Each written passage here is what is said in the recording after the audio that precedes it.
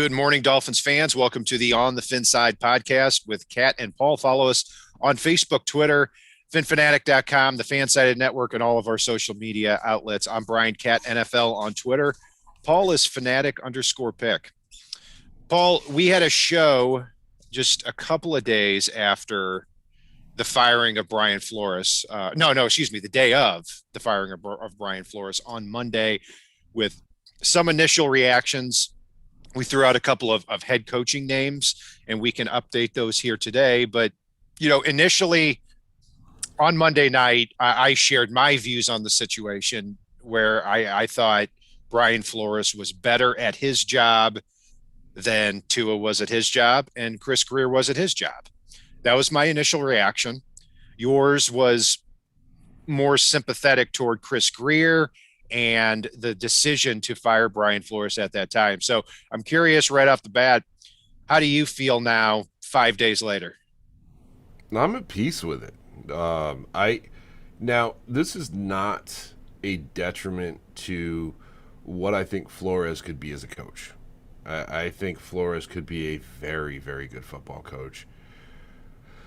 I don't think Flo needs to continue to fall into the Bill O'Brien trap of wanting more and more power. I think if Caldwell hadn't had medical issues and could have stayed on as an advisor for Brian Flores, we'd be having a whole different conversation right now. Because I could see Caldwell sitting by the wayside, pulling Flores aside with a lot of these things that are coming out of the woodwork now and saying, you can't do that, guy. Like, granted, Flores probably would have run him out of town, but, and I actually had an interesting conversation with Jamie Nails this week.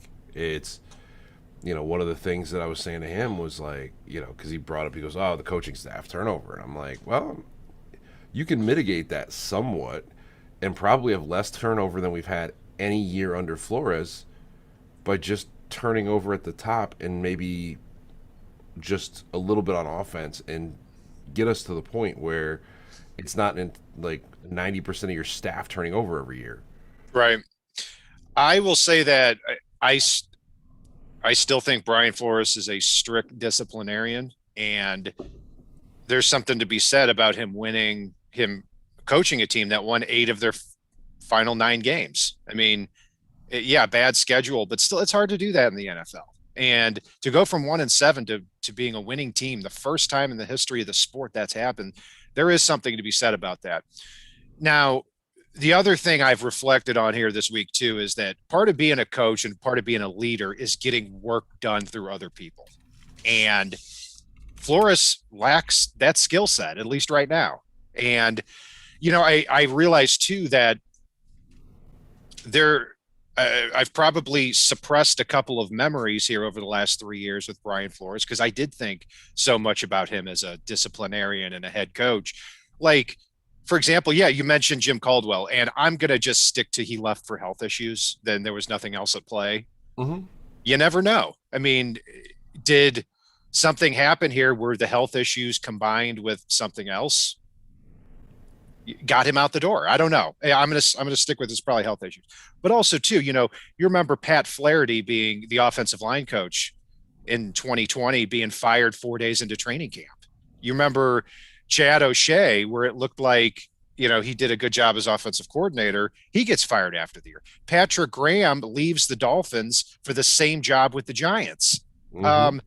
And I'm wearing the jersey of Minkah Fitzpatrick, who just a couple of weeks after getting this jersey, which by the way is top of the line, was traded and you have to revisit that now and say, okay, how many times have you heard a first round pick, a star in waiting, say, I'm not going to play for this guy anymore? I mean, and I can guarantee, I know what happened there is he said, Minkah, you're going to be the strong safety / linebacker of this defense. And that's all there is to it, which A, is a complete misevaluation, and B, gives you a peek into as well why Brian Flores seemingly couldn't work with anybody or couldn't work with 70 or 75% of the people that he came across. Now, you look at Flores here going to the future, I do think that he's going to go to the Bears or to the Texans. He's going to look at that and say, you know what, I can't do those same things here.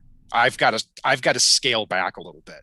But yeah, I'm ranting here, but it's a long way of saying that. Yeah, I think the Dolphins did at the end of the day make the right choice in firing Brian Flores, but I still stick to I think they should have fired Chris Greer too.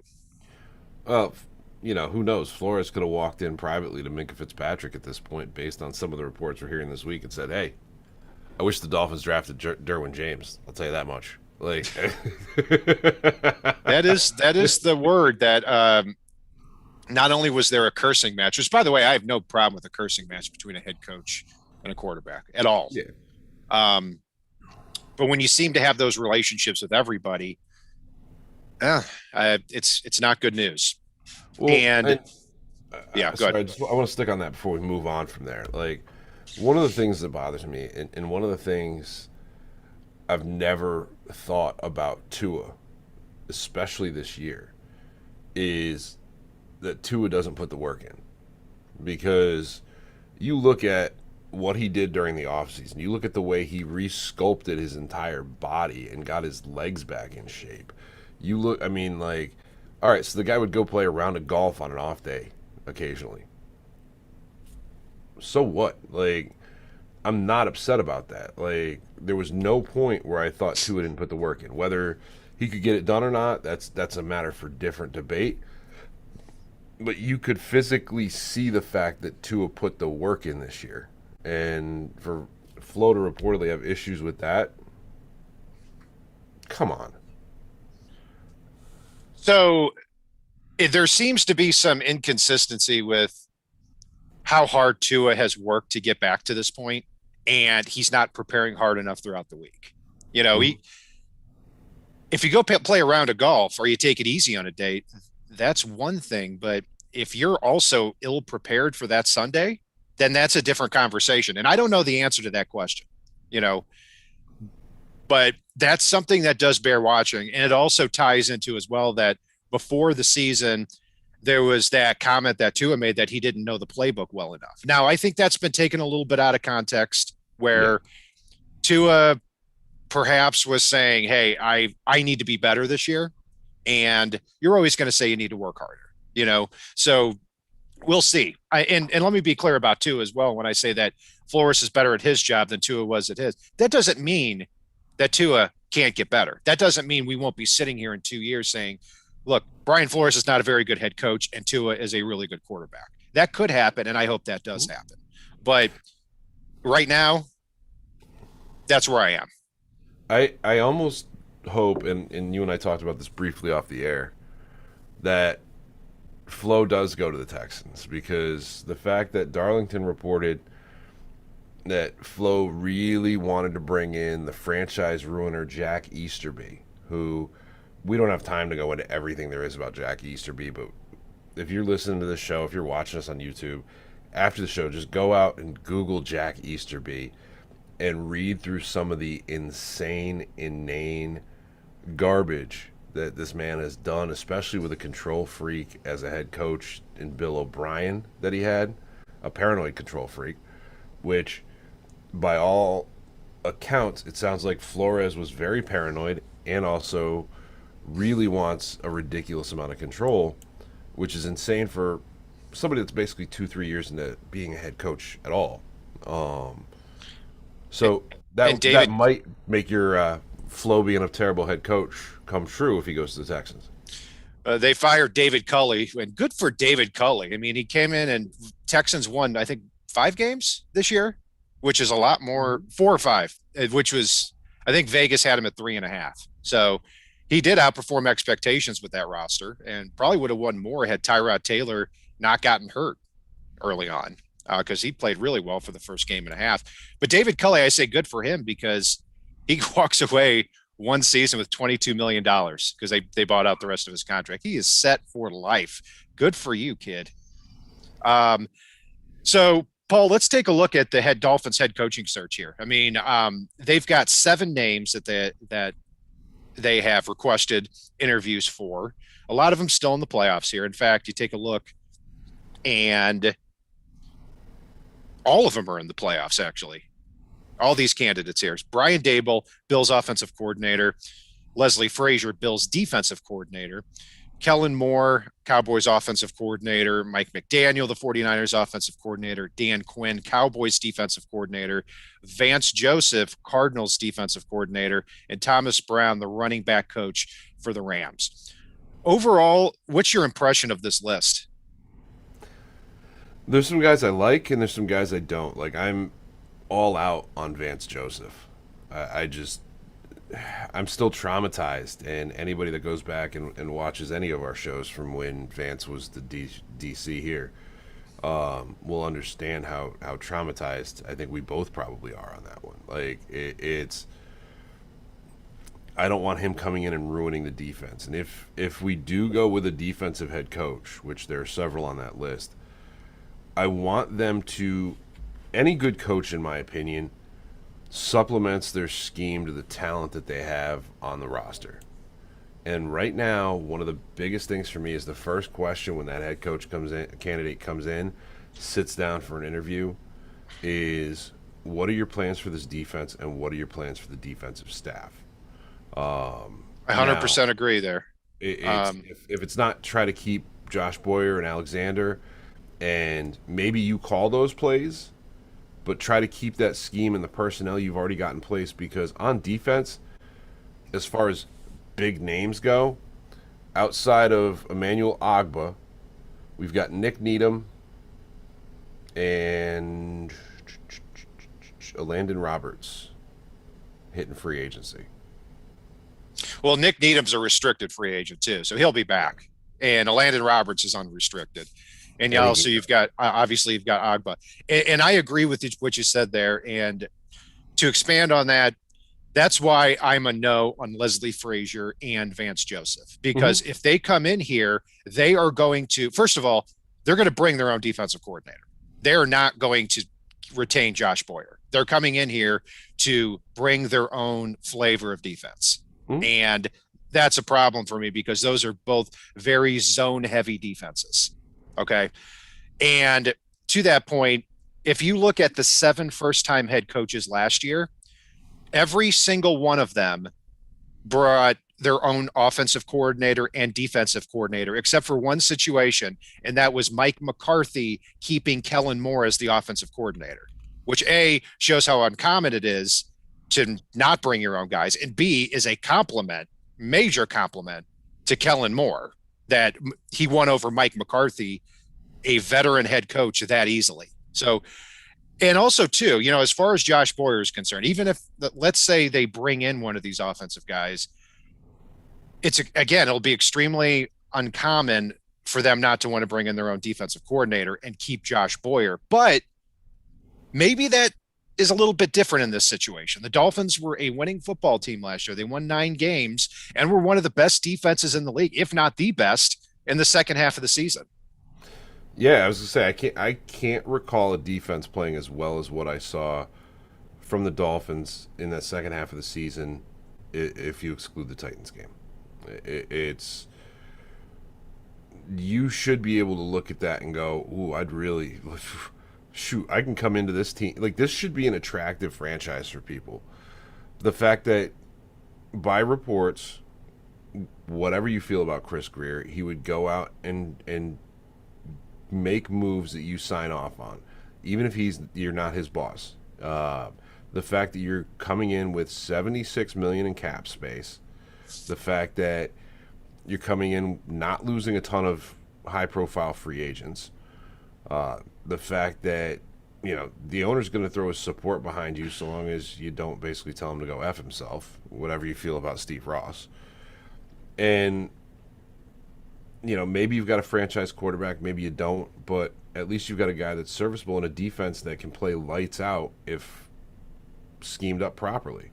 So there's a lot to like about this if they're willing to actually coach football in a way that makes sense.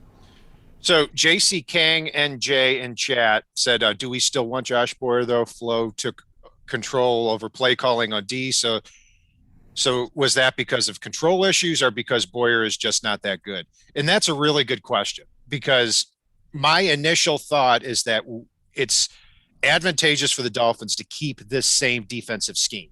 And I look at what happened with Boyer and say, okay, well, what happened the year before when the Dolphins were seemingly calling the same plays in the last half of 2020 and then in the last half of 2021, and then something happened at the beginning of 2020. Now, yeah, so that's something that needs to be addressed, because if he wasn't calling plays and he had those taken from him and they played a lot better under Flores, then that's a situation where I probably wouldn't want to retain Josh Boyer.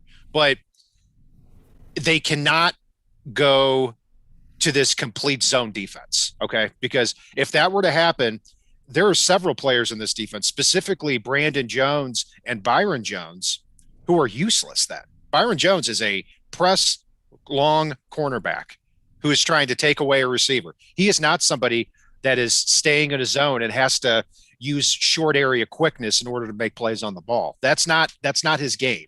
So to that point, that's where Dan Quinn becomes interesting, because he is obviously the most experienced in the league here, of all these head coaches. Was in the Super Bowl just 5 years ago. Obviously, there was that epic collapse by the Falcons in that game. He was also the defensive coordinator of the Legion of Boom. And the interesting thing with him is that with the Seahawks and the Falcons, he ran almost exclusively cover three, very rarely deviated from that. If you look at what happened after he was fired from the Falcons, he took a few months and he completely reinvented his defense. So he went from playing cover three and a lot of zone all the time to playing more man-to-man than the Dolphins even did last year. So that's why he's attractive for me. A lot of people are going to turn up their nose about all the leads the Falcons blew, but was that a talent thing or was that a leadership thing? So Quinn, at first, when I saw his name on here, I immediately thought of the Super Bowl. I immediately thought of how bad the Falcons played in his last year here. But when I read about how he reinvented the defense and that he has experience, he's a little higher on my list than I thought he probably would be. Yeah, I mean, it's. I like the fact that he's able to reinvent himself and the defense that he likes. It gives me hope for the fact that he could walk in, look at the personnel, and even if he doesn't retain Josh Boyer, basically go, all right, this defense they ran last year works. Let's stick to that, and we'll see with him. I mean, Mike McDaniel is an intriguing one to me. Like, not something I thought and actually you mentioned Kellen Moore already. These young, innovative offensive minds that like to use a lot of personnel packages. Those two intrigue me, and I never thought I'd say that. Yeah, and Mike McDaniel looks like somebody who would complain to the manager of Whole Foods because the store opened at 7:05 instead of promptly at 7 a.m. But he looks like a male Karen. a Yale grad, nerdy looking guy. But let me tell you this. He has become the darling of Dolphins Twitter over the last week, and he should be. And here's the thing about it, and it's a valid point. It's something that was brought up with Adam Gase as a concern before he was hired. Can he lead a room? Does he have a presence? Is he a leader of men? But let me tell you this. Kyle Juszczyk and George Kittle overwhelmingly love this guy.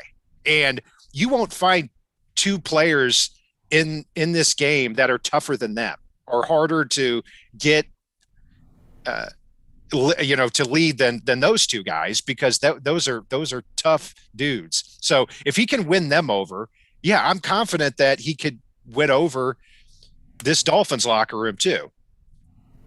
Yeah, and one of the things, sorry to jump around a little bit, but one of the things before you get into something else here, Mike McDaniel was the 49ers run game coordinator from 2017 to 2020 when they had former Dolphin Raheem Mostert, who's here for a cup of coffee, averaging 5 or 6 yards a carry.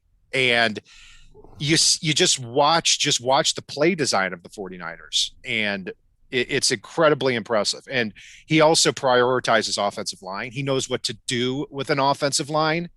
He prefers a lot more mobile offensive linemen, so that's probably the direction the Dolphins would head in, which favors some players on the roster and not some others. And last year, when he was promoted to offensive coordinator for the Niners, to replace LaFleur, who went to the Jets, it was lauded by everybody in that building. So yeah, he has certainly grown on me, and I've got to say he might be my top candidate right now. I wouldn't be upset with it.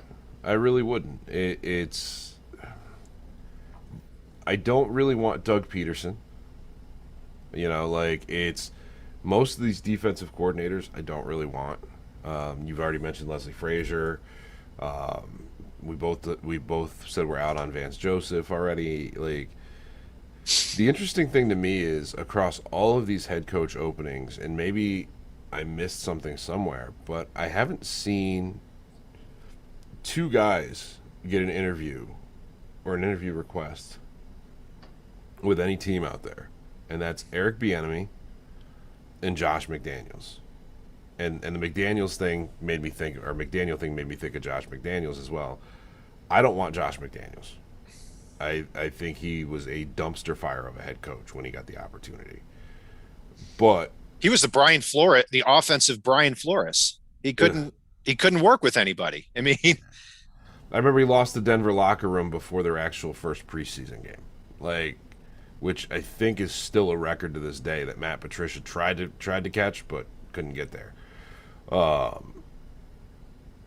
But yeah, it's very surprising to me that Eric Bieniemy in particular hasn't gotten an interview. Another one that's a dark horse, and he's a defensive guy, and I'd be intrigued to at least, if it were me, I'd want to sit down for at least an interview with the guy, is Gerard Mayo. He just seems to be shooting up coaching ranks and respect, and I know it's another Belichick disciple, but I don't think it's one that's gotten the chance to be cocky enough yet to think he can run the entire organization.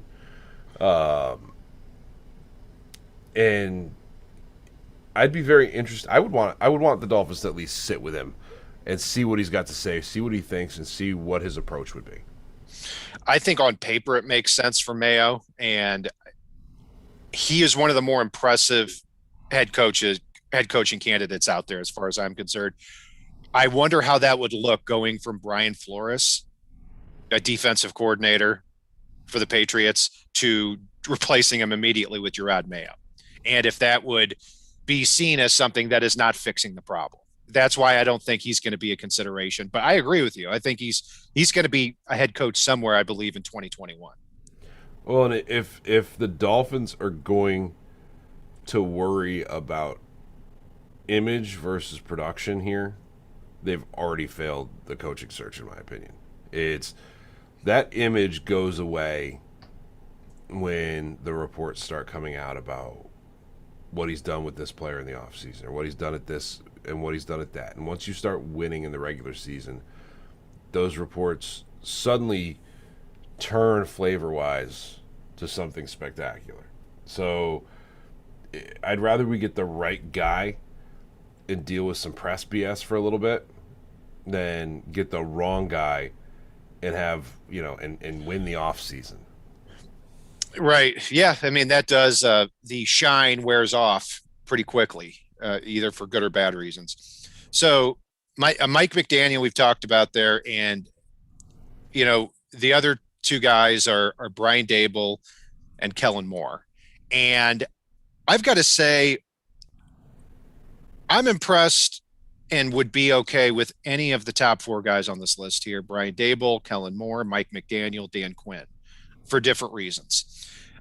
Because offensively, they bring something to the table. I mean, Mike McDaniel would bring that flavor of being able to design plays to have a productive running game, and also a West Coast offense, which could take some pressure off of Tua and have him throwing those short, accurate passes that he's good at.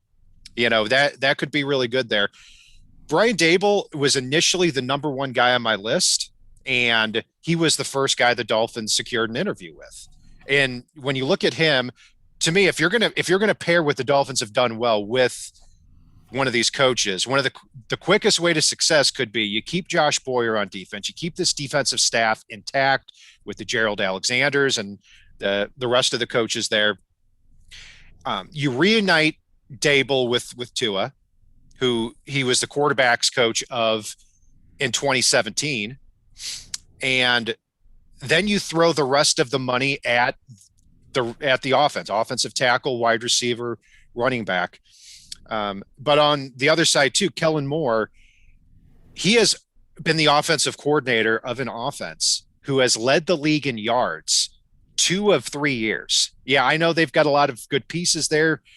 They've got stars on that offense, but that's still impressive in its own right. And again, it's also impressive to be 31 years old and be retained as the offensive coordinator, which happened this past year with Mike McCarthy. Well, and to be 31 years old and be in consideration for multiple head coaching jobs. That's pretty damn good in and of itself too. Yeah, so I'd be impressed with any of these 4 guys here. So Paul, who's your? If I had to rank those 4, I would probably go McDaniel, Moore, Dable, then Quinn, as far as that goes. Man, Brian Dable. I'm really close. Yeah.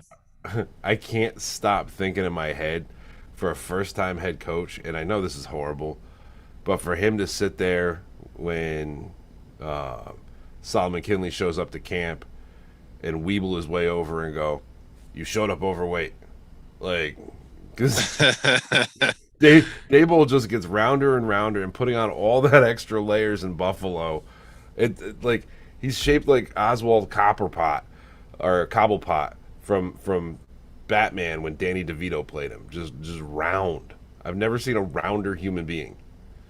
Yes, he certainly is. And, I remember back when he was the Dolphins offensive coordinator for 1 year in 2011, I remember after the season saying I think this was the first time that I haven't complained about offensive play calling all year. I mean, there was a lot more to complain about that year because the Dolphins started off 0-7, but play calling wasn't one of them. I thought he showed really good balance, which is also something he struggled with in Buffalo this year because they got away from the run so egregiously at times.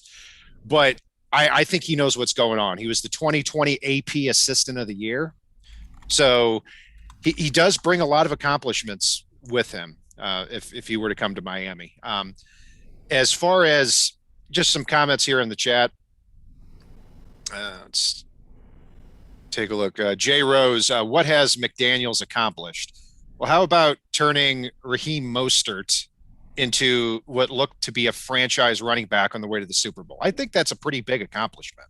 Another question was about, would they bring Jimmy Garoppolo with them? I would be terrified of that because if you're bringing in Jimmy G, if you're going to trade for him, given the quarterback market, I mean, Carson Wentz fetched a first and a third last year.